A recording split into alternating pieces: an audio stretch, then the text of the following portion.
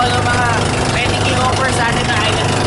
Pero sa ngayon, wala akong nakikita puno kundi buhangin.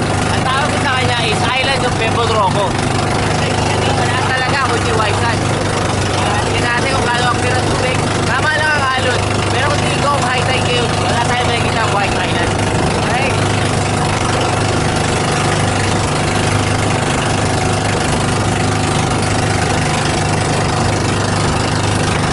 So, malalaman natin ngayon.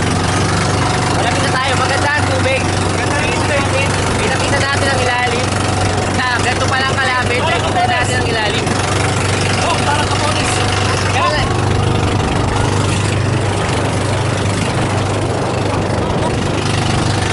Ang tubig! Nalagpasan namin yung island. Bali hindi pala siya.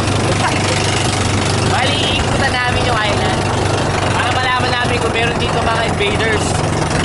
Malaman.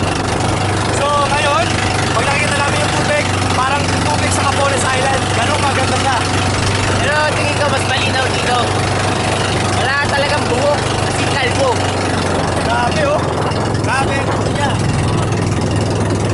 So, titignan namin kung yung mga taong nandito rin ay kasing ganda ng island na ito. So, tingin ko hindi. Paglapag natin, siguradong meron na. Oo.